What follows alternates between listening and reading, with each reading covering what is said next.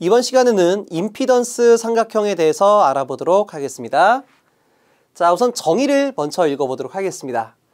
교류 회로에서 전류가 흐르기 어려운 정도를 나타내며 복소수로서 실수 부분은 저항, 다시 말 R값을 말하죠.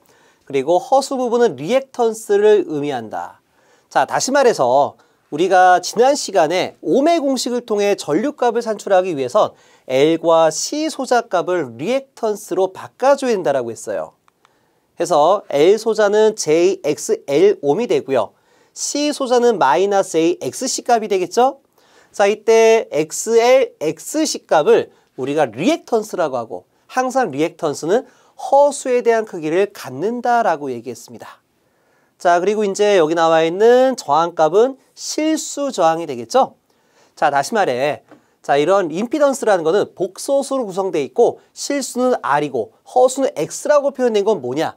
여기 나와 있는 것처럼 RLC 소자에 대한 합성 옴값을 우리가 이하 임피던스다라고 정의를 내리고 있습니다. 자, 다시 말해 임피던스 안에는 저항 성분과 리액턴스 성분으로 구성되어 있다. 이렇게 볼 수가 있겠죠? 해서 임피던스 값은 우리가 직열 시에는 저희가 저항값을 다 더하는 개념이 되기 때문에 R 플러스 JXL 마이너스 JXC 값이 되고요. 이때 허수의 값으로 묶어주게 되면 R 플러스 J의 XL 마이너스 XC 값으로 정의를 내릴 수가 있겠습니다. 자, 그럼 임피던스 삼각형이 만들어진 모양을 우리가 복소평면상에서 볼 수가 있는데요. 우리가 아까 실수만의 저항값을 R이라고 그랬습니다. 그리고 허수에 대한 저항값을 리액턴스라고 그랬죠. 해서 양에 대한 허수값을 유도 리액턴스, 음의 허수의 값을 우리가 용량 리액턴스라고 그랬어요. 그래서 우리가 이 리액턴스에 대한 크기를 우리가 직접적으로 빼주게 되면 합성 리액턴스 값은 자, 우리가 유도성에서 용량성을 빼주면 되겠죠. 만약에 용량성이 더 크다라고 하게 되면 용량성에서 유도성을 빼주면 될 것 같습니다. 자, 해서 이와 같이 만들어진 게 바로 합성 리액턴스 JXL이 될 것 같아요. 자, 그렇다면 여기서 나타나고 있는 우리가 전체 임피던스라는 거는 우리가 복소수 저항이다 라고 말할 수가 있어요. 이때 복소수 저항에서 실수 저항은 R, 허수 저항은 X가 되는 겁니다. 자, 그럼 여기 나와 있는 것을 우리가 다시 한번 표현하게 되면 이와 같은 직각삼각형을 나타낼 수가 있어요. 그래서 직각삼각형 밑변, 다시 말해 실수는 R이 되겠고요. 그리고 높이, 허수는 우리가 X가 되는데 이때 X값은 여기 나와 있는 것처럼 유도성 리액턴스 오메가 L과 용량성 리액턴스 오메가 C분의 1 값으로 표현할 수가 있습니다. 자, 그렇다면 전체 합성 임피던스에 대한 크기는요. 여기 나와 있는 피타고라스 정리에 의해서 자, 임피던스 Z는 밑변의 제곱 더하기 높이의 제곱에다가 제곱근 루트를 취해서 구할 수가 있다. 자, 다시 말해 R값이 3이고요. X값이 4가 되면 수치적으로 임피던스 값은 7이 되는 것이 아니라 여기 나와 있는 R의 제곱 플러스 X의 제곱의 루트를 취하다 보니까 자, 다시 말해 3의 제곱 더하기 4의 제곱의 루트는 아시다시피 5가 되겠죠. 그래서 뭐 3대 4대 5에 대한 삼각형 비율값을 갖게 될 것이다 라고 보시면 돼요. 그래서 우리가 기능사가 됐건 기사 및 산업기사에서 자주 나오는 수치가 뭐냐면 이제 RXZ에 대한 비율을 3대 4대 5 또는 여기다 배수를 적용해서 6대 8대 10 그 다음에 뭐 12대 16대 20 이렇게 배수에 대한 상수값이 자주 나오고 있어요. 그래서 여러분들 계산기로 일일이 누르기보다는 우리가 3대 4대 5에 대한 비율값을 기억하셔서 이 값을 활용하시면 될 것 같습니다. 자, 그 다음에 전력삼각형을 보도록 하겠습니다. 자, 전력삼각형은 우리가 이 RLC 직열 회로를 가지고 설명할 수가 있는데요. 자, 우선 임피던스는 R 플러스 JXL 마이너스 JXC가 되고 이때 XL 마이너스 XC 값을 이하 X다라고 표현을 했었죠. 자, 그렇다면 우리가 직열 회로 시에는 전류가 일정합니다. 그래서 RLC를 통과하는 모든 전류가 일정한 것만큼 여기에는 임피던스 삼각형 세 변에다가 이 전류에 대한 제곱을 각각 곱해주게 되면 전력에 대한 차원이 만들어지겠죠. 자, 우리가 이 첫 번째 편에서 전력 P는 전압 곱하기 전류요. 이때 오메 공식 V는 IR이 되기 때문에 V에다가 전류 곱하기 저항을 곱하게 되면 I 자승 R이 되고요. 그리고 I 대신에 R분의 V 공식을 본 공식에 대입하게 되면 R분의 V 자승이 만들어진다라고 했습니다. 해서 여기 나와 있는 임피던스 삼각형 차원에다가 전류에 대한 제곱을 모두 곱해주게 되면 전력에 대한 차원이 만들어진다라고 볼 수가 있어요. 해서 이와 같이 모두 다 전류 제곱을 곱해주게 되면 이때 만들어지는 R에 대한 소비 전력을 우리 지난 시간에 배웠던 것처럼 유효 전력 P다 라고 표현할 수가 있고 이때에 대한 단위를 킬로와트를 사용합니다. 자, 그 다음에 I 자승 X에 대한 개념을 바로 우리가 이 코일과 콘덴서에서 발생되는 전력이 되기 때문에 자, 이 두 개 소자는요, 우리가 소비를 하지 않고 충전과 방전을 목적으로 한다라고 했죠? 그렇기 때문에 우리가 이 전력을 무효 전력이다 또는 리액티브 파워다 해서 PR이라고 표현하고 있습니다. 자, 물론 단위는 킬로볼트 암페어 리액티브. 자, 반응성에 대한 전력이다 라고 표현을 해주고 있는데 우리가 이하 킬로 바라고도 이제 많이 읽어주고 있어요. 자, 근데 원칙적으로는 킬로볼트 암페어 리액티브. 자, 이렇게 표현하는 것이 원칙입니다. 자, 그 다음에 이제 여기는요, 우리가 앞에서 보시는 것처럼 전체 임피던스에다 전류 제곱을 곱한 것만큼 우리가 전력 회사에서 공급해주게 되는 피상 전력에 대한 관계다라고 볼 수가 있어요. 그래서 피상 전력은 PA라고 불러주고요. 또는 우리가 이를 S, 소스라고 하든가 얘를 Q라고 하든가 이런 기호로도 종종 사용하고 있습니다. 그래서 피상 전력에 대한 단위는요, 킬로볼트 암페어. 그대로 전압과 전류에 대한 곱에 대한 형태다라고 표시를 하고 있습니다. 자, 그래서 우리가 피상 전력부터 공식을 알아보도록 하겠습니다. 자, 피상 전력은 우리가 S라고 표현할 수 있다라고 했죠? 그래서 공식은 단위 차원과 마찬가지로 전압과 전류를 직접적으로 곱한 겁니다. 그리고요, 우리가 I 자승 Z 값으로 바꿀 수가 있고 Z의 V 자승으로도 공식을 바꿀 수가 있습니다. 자, 그리고 이제 우리가 저 직각삼각형에서 코사인 세타를 한번 봐보세요. 코사인 세타를 본다는 거는 여기서 세타각, 이 사이각을 두고서 빗변분의 밑변에 대한 개념이죠. 그래서 코사인 세타는 피상 전력분의 유효 전력이 되기 때문에 이때 유효 전력 P는 자, 유효 전력 P는 피상 전력 곱하기 자, 피상 전력 곱하기 코사인 세타다라고 표현할 수가 있어요. 그래서 우리가 피상 전력에다가 코사인 세타를 곱해야 유효 전력이 나오는 것만큼 이 수치 코사인 세타를 우리가 유효율이라고 표현할 수가 있습니다. 물론 우리가 지난 시간에 전력 회사에서 공급하는 양이 10이고 수용가에서 사용하는 전력, 소비 전력이 8이었다면 이거에 대한 비율을 우리가 역률이다라고 표현했었죠. 그렇기 때문에 우리가 이 코사인 세타는 역률이라고 표현할 수도 있고요. 또는 유효율이라고 표현할 수도 있다라는 거 기억하시길 바랍니다. 자, 그 다음에 이제 우리가 유효 전력은 I 자승 R, R분의 V 자승으로 바뀔 수가 있고요. 자, 마지막으로 무효 전력 같은 경우에는 여기다가 사인 세타를 적용하시면 돼요. 그래서 사인 세타는 피상 전력분의 무효 전력이 되기 때문에 이때 무효 전력은 피상 전력 곱하기 사인 세타로 표현할 수가 있습니다. 자, 이렇게요. 무효 전력 PR은 또는 우리가 Q라고도 쓸 수 있다라고 했어요. 그래서 VI 사인 세타가 되고요. 이때 사인 세타는 무효율입니다. 그리고 본 공식은 I 자승 X, X의 V 자승으로 나타낼 수가 있어요. 자, 이때 여러분들이 기억하실 거는 뭐냐면 이때 V하고 I하고요. 이때 표현하는 I와 V 값은 다른 값이에요. 자, 여기서 다시 한번 요 앞에서 나타나는 V하고 I는요. 전체 전압과 전체 전류를 말해요.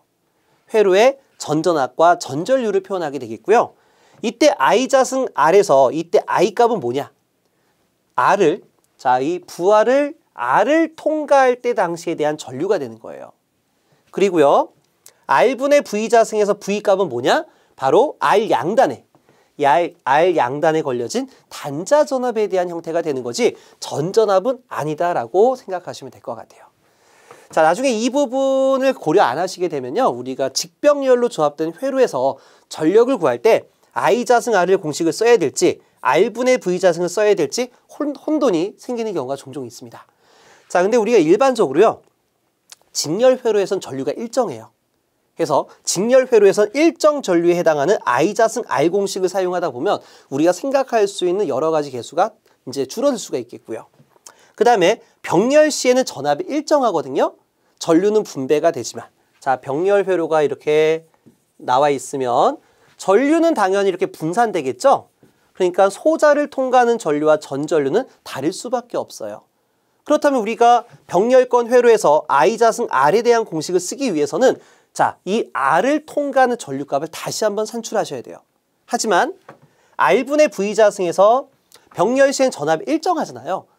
그렇기 때문에 우리가 이 공식을 사용했다라고 하게 되면 전전압 V를 갖다 집어넣으나 각 소자에서 걸린 단자전압을 집어넣으나 같은 개념이 된다는 얘기예요. 그래서 우리가 일반적으로 직렬권에서는 I 자승 R을, 병렬권에서는 R분의 V 자승 공식을 사용하고 있습니다. 자, 무유전류도 마찬가지 되겠죠? 이때 V하고 I는 전전압과 전전류가 되겠고요. 그 다음에 I 자승 X는 X를 통과할 때 당시의 전류, R분의 V 자승은 X 양단에 걸려진 단자전압 V에 해당한다라고 생각을 해주시면 됩니다. 자, 이제 마지막으로 네 번째 공진에 대한 개념을 설명을 드리도록 하겠습니다. 자, 정의를 보게 되면 교류 회로에서 전압과 전류가 동이상이 되어 회로의 임피던스가 직렬 시에는 최대, 자, 임피던스 직렬 시에는 최대, 병렬 시에는 최소가 되는 현상을 말하게 된다. 자, 이게 정확히 무슨 뜻이냐면요. 자, 하나 더 읽어보도록 하겠습니다. 전압과 전류가 동이상이 된다는 것은 임피던스의 허수, 다시 말해 리액턴스가 제로가 되는 상태를 말한다 라고 되어 있죠. 자, 그럼 이제 우리가 임피던스, 자, 공진회로는요, 직렬회로와 병렬회로가 이제 반대로서 해석이 돼요. 근데 병렬회로는 생각할 점이 많이 있다 보니까 우리 본 강의 때 여러분들이 학습하시도록 하고, 이번 기초 강의에서는 우리가 가장 기본이 되는 직렬회로부터 설명을 드리도록 하겠습니다. 자, 직렬회로에서의 합성 임피던스는 R 플러스 J, XL-XC가 되고요. 이때 유도 리액턴스는 오메가 L, 용량 리액턴스는 오메가 C분의 1이 됩니다. 자, 그렇다면 이제 우리가 이 주파수에 대한 차원에 따라 임피던스 값을 보게 되면, 다시 말해 주파수나 각주파수를 변조하게 되면 리액턴스의 크기가 변화를 일으킬 거예요.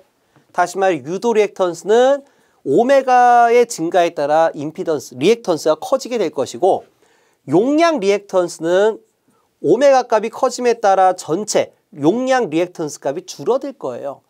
그러다 보니까 이 오메가에 따라 리액턴스 값이 변화가 되는, 다시 말해 주파수의 함수가 된다는 얘기예요.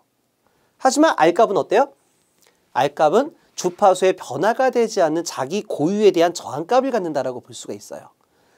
자, 그럼 이제 우리가 주파수 값을 0부터 무한대까지 변조했었을 때 유도 리액턴스 값부터 보도록 하겠습니다. 자, 유도 리액턴스 값 같은 경우에는요. 자, 우리가 오메가에 비례하다 보니까 오메가 커진 것만큼 유도 리액턴스 값도 점층적으로 증가하겠죠. 물론 플러스 J니까요. 플러스 J니까 우리가 양의 허수에 대한 방향으로 이렇게 증가가 될 겁니다. 자, 하지만 이 용량 리액턴스는 마이너스 J니까 음의 허수값을 갖겠죠. 그러면서 자, 여기 오메가가 제로가 되면 1 나누기 0입니다. 그러면 우리가 무한대가 되겠죠. 그래서 마이너스 J 무한대부터 시작해가지고 오메가가 무한대가 된다. 오메가가 무한대가 된다는 얘기는 무한대분의 1이 돼서 0이 돼요. 그러니까 마이너스 J 0으로 이제 수렴하는 형태에 대한 곡선을 그릴 수가 있어요. 자, 그러면 어느 1지점에서 유도 리액턴스와 용량 리액턴스가 같아지게 되는 공진 각 주파수를 찾아낼 수가 있습니다. 자, 물론 이렇게 표로 보니까 좀 이렇게 어려워 보이지만 쉽게 말해서 요 두 개가 제로가 되는 지점을 찾을 수 있다 이런 얘기죠. 간단한 얘기예요. 그럼 이제 이때에 대한 공진 각 주파수는 오메가 L과 오메가 C분의 1이 같았을 때, 자, 같았을 때에 대한 오메가 값이다라고 볼 수가 있어요. 자, 그럼 공진 각 주파수는 오메가 넘겨주고 L 값을 내려주게 되면 오메가의 자승은 LC분의 1이 되고요. 이때 오메가는 루트 LC분의 1이 됩니다. 자, 이때 우리가 오메가는요, 각주파수로서 2파이 F값이 되겠죠? 해서 우리가 공진 각주파수가 아니라 공진 주파수 F값을 구하게 되면 2파이만 넘겨줘서 2파이의 루트 LC분의 1값이 만들어집니다. 자, 이 데이터는 우리가 나중에 설계할 때 상당히 중요한 개수가 될 것 같아요. 그러니까 이제 뭐냐면 이 R소자라는 건 기본적으로 모든 도체가 가지고 있는 기본 특성이기 때문에 없앨 수가 없어요. 하지만 개념적으로 우리가 어떤 특정 회로 라인에다가 이 L과 C를 직렬로 갖다 끼게 되는 거예요. 해서 우리가 특정 주파수에 대해서 내가 특정 주파수에 대한 대역을 필터링을 하고 싶다 하게 되면 특정 주파수에서 자, 이 조건이 되겠죠? 이 특정 주파수에 대해서 이 두 개를 공진시키는 게 됩니다. 공진. 그럼 공진이 된다는 얘기는 합성 임피던스가 제로가 된다는 뜻이죠. 자, 이 회로 라인에는 R값이 없어요. 물론 이 도선이 가지는 R값이 있겠지만 매우 작은 값이 되기 때문에 전반적인 임피던스의 크기는 이 L과 C 소자에 의해서 만들어지게 되는데 특정 주파수에 대해서 얘가 제로가 된다는 얘기는 뭐예요? 자, 여기가 저항이 제로가 된다는 뜻은 자, 모든 전류는요, 저항이 낮은 곳으로 흘러가게 되어 있습니다. 그래서 특정 주파수에 대해서 저항이 제로가 되면 특정 주파수에 대한 전류값은 모두 다 1로 흡수가 될 수 있는 필터를 설계할 수 있다는 얘기예요. 그래서 나중에 우리가 필터 설계할 때 가장 중요한 게 바로 이 공진 주파수에 대한 개념이기 때문에 뭐 기능사 시험이 됐건 기사나 산업기사 모든 범위 내에서 이 문제가 자주 출제될 수밖에 없다라고 생각하시면 될 것 같습니다. 자, 그럼 이번 시간에는 우리가 전력과 역률 그리고 공진에 대해서 알아봤는데요. 다음 시간에는 삼상교류의 사용 목적과 회전 자계에 대해서 설명을 드리도록 하겠습니다. 수고 많으셨습니다.